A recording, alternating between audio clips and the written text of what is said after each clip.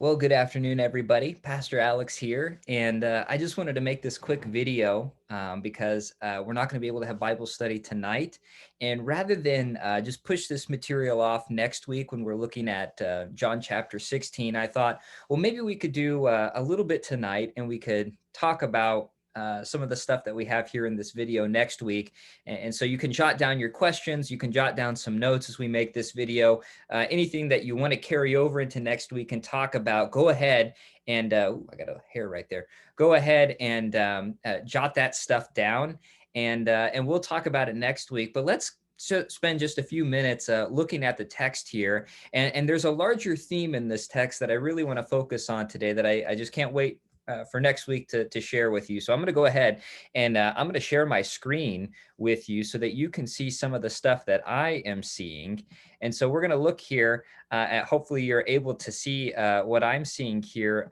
And this is the Bible software program that I use. It's called Logos. And if you're seeing what I'm seeing, you are seeing uh, image of John chapter 15 from the New Revised Standard Version. This is a formal translation of scripture, formal equivalency. Basically, it means that it's as literal as it can be and still makes sense in the English language. Because of course we're translating from a language that we do not speak, which is a first century Koine Greek, along with many other texts that have been translated over the years as the New Testament was translated into Latin and into other languages. We're looking at yet another translation. So this one is about as formal as it can be and still make sense. And you'll notice here that there are a bunch of colors on the screen. You see red, orange, green, blue, yellow. You see some underlines there, and I'll explain those here in a second, but these all actually correspond to what we find in the Greek New Testament. And this is the one that I use when I do translation work or as I'm preparing sermons. I try to look back to the original language to try to get a better understanding, and instead of just simply relying on the English translation. And you can see it corresponds to what we find here. Now you'll notice there's a lot of this stuff in the first half of chapter 15, and not as much highlighting in the lower half, although you'll see some underlining there. These are corresponding to some pretty unique images or themes that we find in John chapter 15. We may know this chapter as the one where Jesus says, "I am the true vine, and you are the branches." More faithfully, Jesus says, "I am the true vine, and my Father is the vine grower." And then only just a little bit further down do we see that Jesus is the vine and that we are the branches. And I think there's some interesting things that Jesus is drawing to our attention outside of some of the tangible images that we find in this passage, such as branches and vines and fruit. We always gravitate to the tangible images because they resonate with us, even if we're not farmers or vineyard growers. We can picture these things because we are, well, people who have seen trees and vines, and we've eaten fruit, and so we gravitate to them. But I'm going to present to you today just a reading of this that maybe is a little bit more theological, as opposed to just following and going verse by verse, unpacking what each part means. And before we do that, I do just want to show you an image of the kind of fruit and vine that Jesus is talking about here. You'll recognize these are grapes, and they are growing on a vine here. You'll see some of the leaves. Grapes grow on these sort of vine trees that are found in vineyards. In fact, we have a picture of a vineyard here that is in Greece near a river. And vineyards will typically grow like this. You may have seen a vineyard before, especially if you've been out in like Napa County, California, which is often called wine country. There are hundreds and hundreds of vineyards along the hillsides of Napa County, or maybe you've been to some vineyards on the East Coast or a local vineyard. I know we have some nearby in Weston, Missouri. Vine trees are not particularly large, at least in comparison to the trees that most of us here in Kansas have grown up with. I have two gigantic trees in my backyard that are dozens and dozens of feet high. If you go out to California into the redwood forest, you'll see trees that seem like they go up and they don't stop.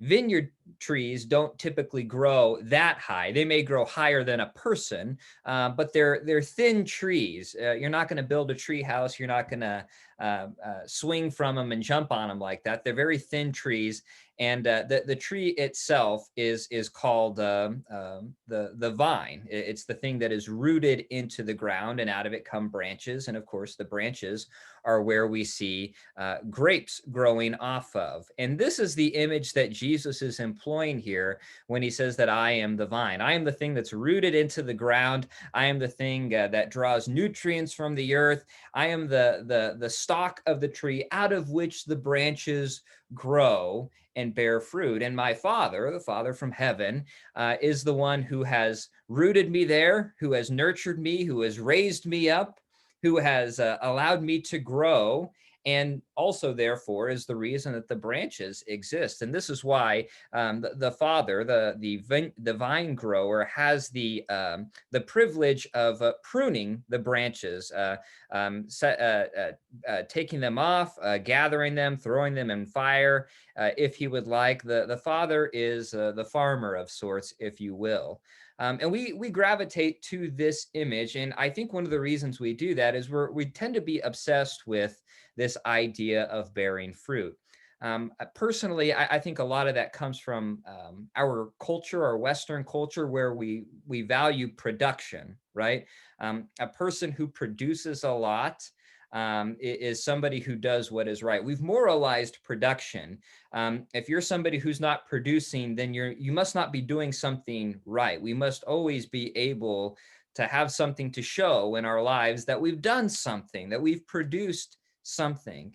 And while that's not necessarily untrue, and Jesus does want us to bear fruit, the fact of the matter is that is not exactly what Jesus is talking about here. The point of this passage and the emphasis of this passage is not what we are doing necessarily, but how we relate to Jesus. How are we relating to Jesus, and in what ways are we relating to Jesus? Where are we found in relation to Jesus?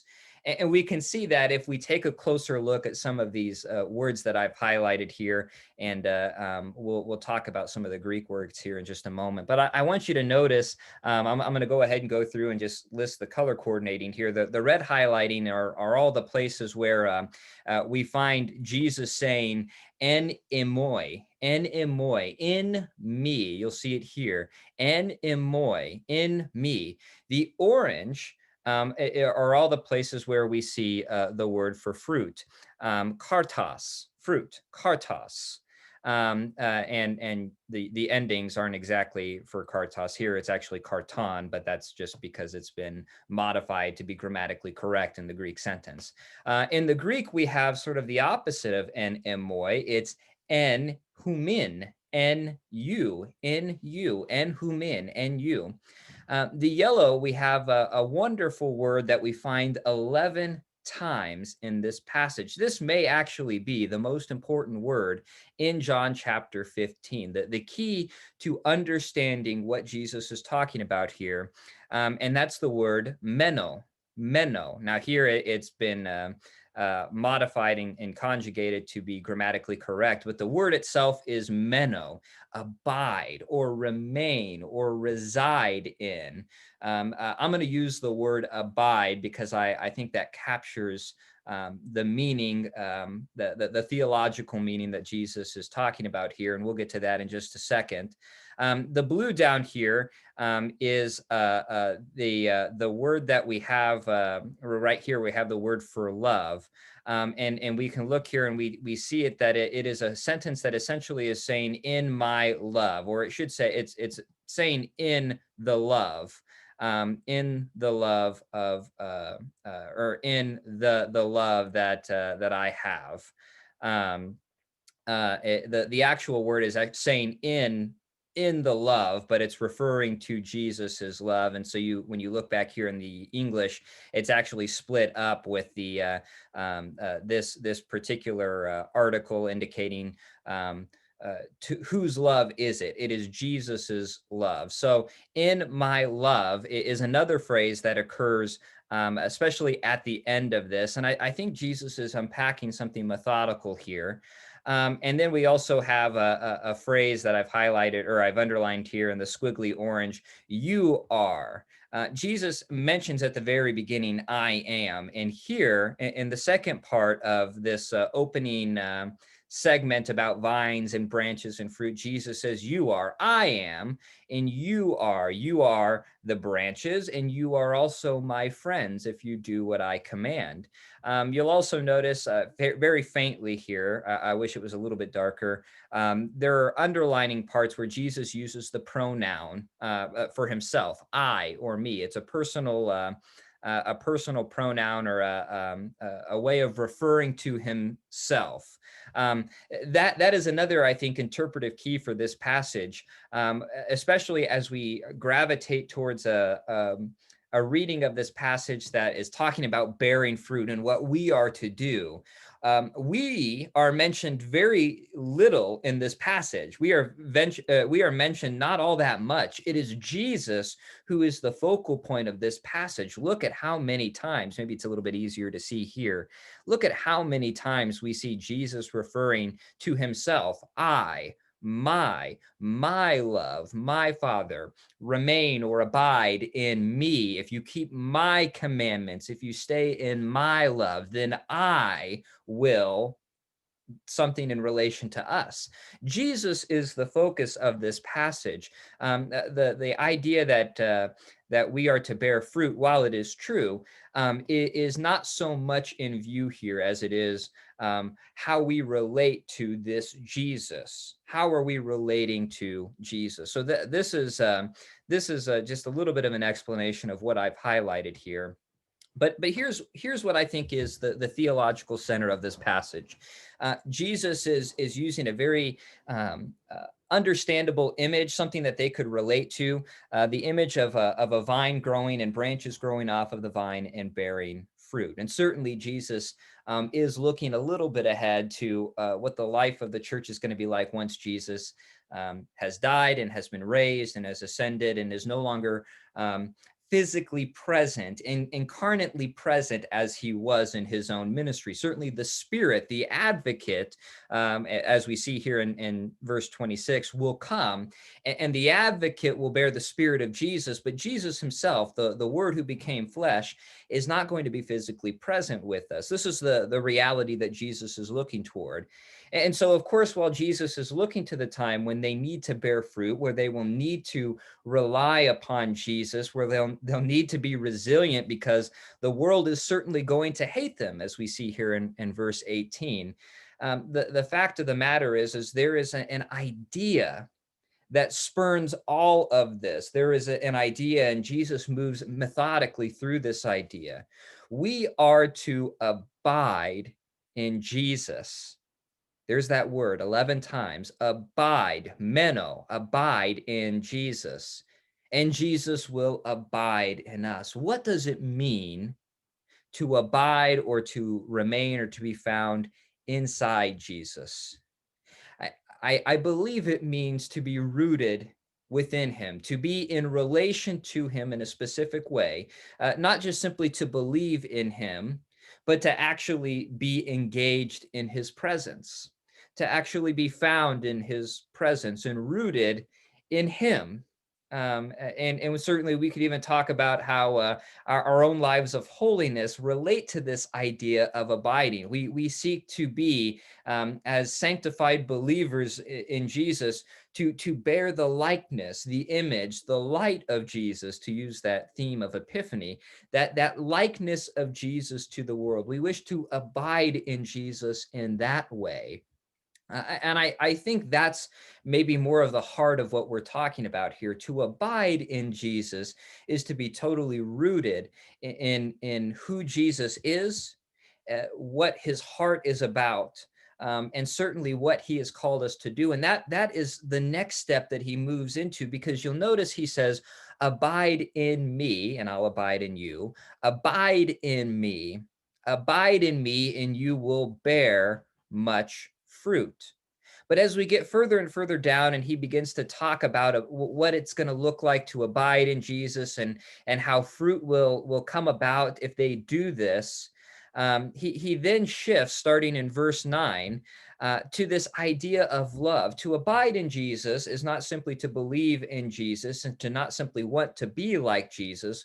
To abide in Jesus is to abide in Jesus's love. This is where the shift happens, where it goes from abiding in me to abiding in my love, Jesus says. And if you keep my commandments, you will abide in my love, just as I have kept my Father's commandments and abide in his love. So we see that a better way of understanding this abiding is not just simply to love Jesus, but to abide in Jesus's love. Now, what does it mean to abide in Jesus's love? Well, I think if we consider everything we've read up to this point, which begins back in chapter 13, that's where this discourse really begins.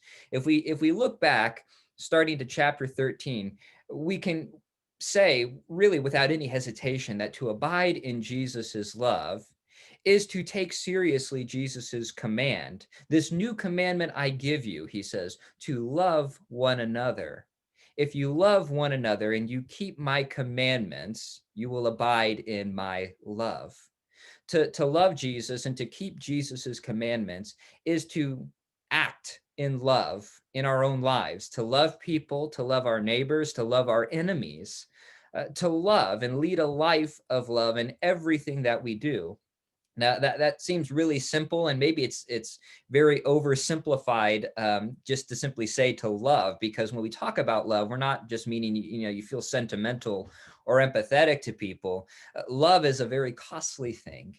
Love challenges our feelings. It challenges our assumptions. It challenges some of the ways that we are tempted to respond impulsively in a moment's notice to something in our lives. Love is intentional and it's hard.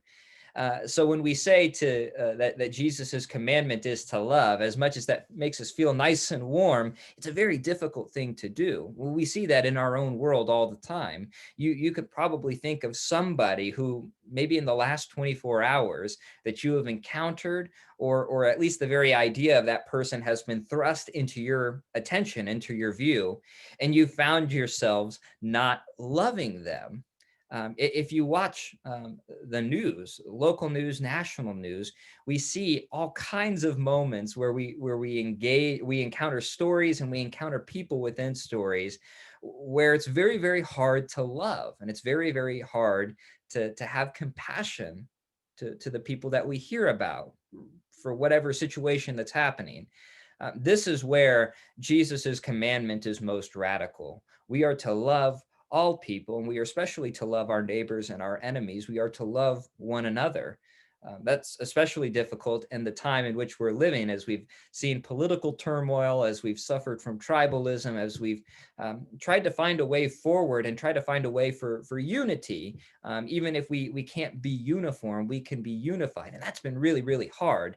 And I'm certain that over the next several weeks and months, we will fall back into old patterns of political mudslinging and vilifying, and we'll go back into our respective camps once the trauma of recent events has sort of faded into the background, or we've become numb to it again. And this is the challenge for Christians, to not sink back into those things, but to love people, to love those with whom you might disagree. I think that's the heart of what Jesus is saying here, beginning in verse 9, that to abide in Jesus is to abide in Jesus's love and Jesus's command to love. And if you keep my commandments, chiefly the commandment to love, then you will be in that love. And Jesus says, I have said these things to you so that my joy may be in you and that your joy may be complete. So there we see that movement, the movement of abiding in Jesus, which means to abide in Jesus's love, which means to have joy in this life, no matter what the situation is, no matter what circumstances you're facing. And that's a really good thing, because not only has Jesus commanded us to go out into the world, but he does so in a different relation, in a different relationship status to us. At the beginning, I said that, I think this word, or I think this passage is talking about how we relate to Jesus. And we began by talking about being found within Jesus. And now Jesus shifts this to a different relational standpoint. We need to be in Jesus, but we also need to be beside Jesus. Jesus says that we are no longer servants. Servants don't know what the master is doing. We are friends of Jesus now because Jesus has made known to us everything that Jesus has heard from the Father. We know what we are supposed to do. We have heard what God's plan is, God's great big plan of redemption and reconciliation, and we are a part of that now. Jesus has chosen us. We didn't choose him. And Jesus has told us to go out and to bear fruit, and fruit that will last. And so now we see that to abide in Jesus and to abide in Jesus's love also means that we stand alongside Jesus in the work of redemption that's taking place in the world. And that's not just the work of evangelism and the work of mission, but we're also talking about a work of true justice and true redemption. Jesus has taught us about his kingdom. Jesus has shown us what the way of the kingdom is like. And make no mistake about it, Jesus has directed us to carry that message into the world, to embody it in our own lives, but also to lead the world in embodying it more broadly. I don't believe that the justice of God will come only when heaven and earth come together. Justice can be found today. Mercy can be found today. Transformation can be found today. And this is what Jesus is talking about. And to do this, we have to stand alongside Jesus because this is Jesus's ministry. The advocate comes to lead us. And so we have to stand alongside God in this endeavor. We don't lead, we follow God. Jesus is the head of the church. After all, we are just the body. And Jesus is leading headway in this mission in the world. And that's very, very important because, again, Jesus hints that the world is not exactly going to be receptive to this, not at least all the time. And we are to serve faithfully, and even if they persecute us, even if we suffer, or even if we so much as suffer pushback, we are to take heart because Jesus experienced all of these things first, and this is Jesus's ministry. In other words, we might look at this passage and say, hey, this is my ministry, this is my word, Jesus says, and if you think you've suffered for it, make no mistake about it, the one whom it belongs to, me, I'm also suffering for it, and I'm going to suffer before you. And certainly as we get a few chapters ahead of ourselves in John's gospel, we will see exactly what he means by that. But when the advocate comes, whom I will send to you from the Father, the Spirit of truth who comes from the Father, he will testify on my behalf. Again, Jesus is talking about himself. It is Jesus who is the focus of this passage. We also are to testify because we have been with Jesus from the very, very beginning. So this is my theological reading of it, and I've unpacked a lot of stuff here. So let me just summarize it all once again. And then after I do that, I just want to read this whole passage, starting in verse 1 and going all the way through verse 27, and read it sort of emphatically so we can see some of these things come to life as we hear this gospel. But here's the message here. Jesus is the vine. It is out of Jesus that we come. Jesus has not chosen, or Jesus has chosen us. We have not chosen him. We are the branches, and the only way that we can bear fruit, fruit of love, fruit of mission in this world, as we love our neighbors and as our neighbors come to the light of Jesus Christ, just as we have. The only way we can do this is if we abide in Jesus, if we take our strength and our power and our nutrition, because of course to bear fruit, we have to be healthy branches. We have to be in Jesus. And specifically, we have to be in Jesus's love, which means to take seriously and to take radically when it comes to embodying it, the love, the command to love that Jesus has given us. Love one another as I have loved you. Love your neighbors as yourself, Jesus teaches elsewhere. And if we do these things, we abide in Jesus and Jesus abides in us and Jesus abides with us because we are to stand alongside Jesus. We are not small and easily breakable branches left alone in this world. The vine is with us. The vine does not abandon us or forsake us. We have been given an advocate so that we can faithfully follow and serve the God who is leading this mission in the world. So we have to stand alongside Jesus too, even as we have to be found in Jesus, with Jesus and in Jesus, because we are Jesus's friends. And we have been chosen to go and to bear fruit, and fruit that will last, fruit that will remain or abide, he said. Such a wonderful little deal that we are to abide in Jesus, and the fruit that we bear will lead to others also abiding, being found in Jesus and in his love and with him when all is said and done. That is the kind of fruit that we are to bear. And the Father will give us whatever we ask for in the name of Jesus to accomplish this.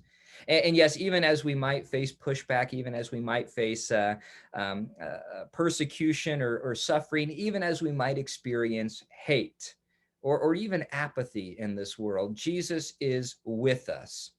Jesus is going to lead us and guide us, and we are to testify of this because we have been with Jesus from the beginning and we know this to be true. So hopefully you can kind of see the character of this passage based on what we've highlighted here, literally, but also the ways that Jesus talks about himself and then talks about how we relate to him. Because again, this passage is about Jesus. It is Jesus first and us second. So now I just want to end by reading this passage, John chapter 15, verses 1 through 27. And as I do this, I just want you to take a posture that opens up to the Lord and maybe even meditate on the simple question as you hear this passage. Meditate on this question and meditate on what you hear the Spirit speaking to you in relation to this question. Um, how am I?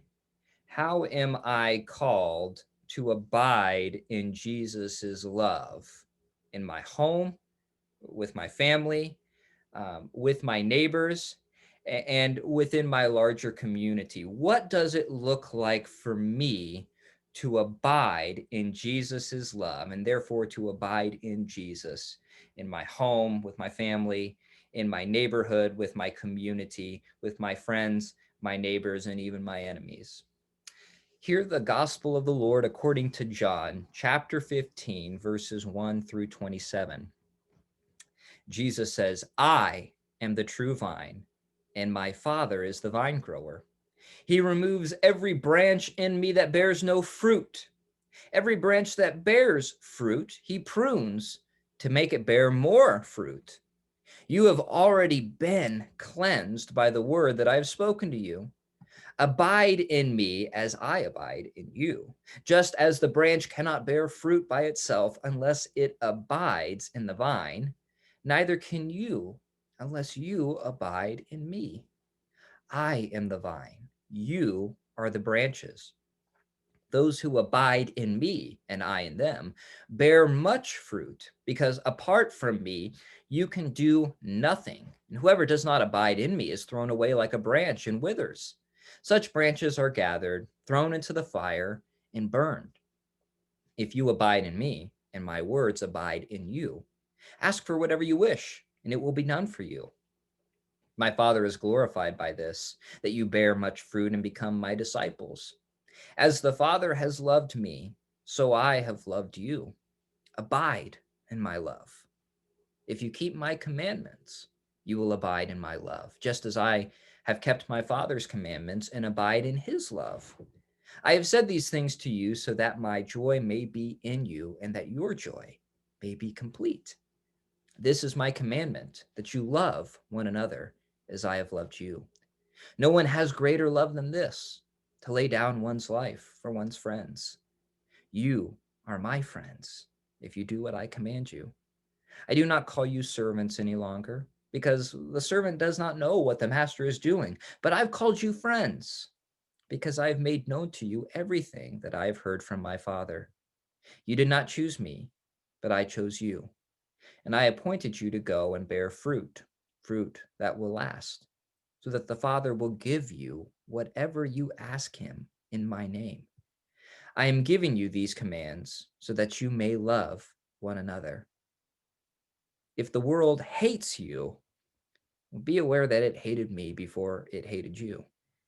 If you belonged to the world would love you as its own. But because you do not belong to the world, but I have chosen you out of the world, and therefore the world hates you, remember the word that I said to you. Servants are not greater than their master. If they persecuted me, they will persecute you. If they kept my word, they will keep yours also. But they will do all these things to you on account of my name, because they do not know him who sent me. If I had not come and spoken to them, they would not have sinned. But now they have no excuse for their sin. Whoever hates me hates my Father also. If I had not done among them the works that no one else did, they would not have sin. But now they have seen and hated both me and my Father. It was to fulfill the word that is written in their law. They hated me without a cause. When the advocate comes, whom I will send to you from the Father, the Spirit of truth who comes from the Father, he will testify on my behalf. You also are to testify because you have been with me from the beginning. So friends, hopefully you were able to take some notes. Hopefully everything that I talked about was articulated well and at least made a little bit of sense. And I invite you to think about these things over the next week. And as we get into John chapter 16 this next week, feel free to ask questions.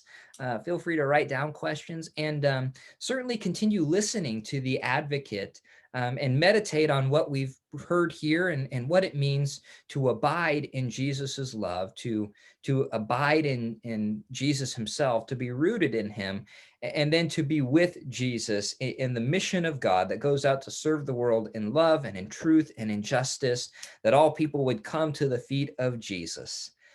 That is our great word for today. And I hope to see you guys this next week. Have a good evening and take care of yourselves.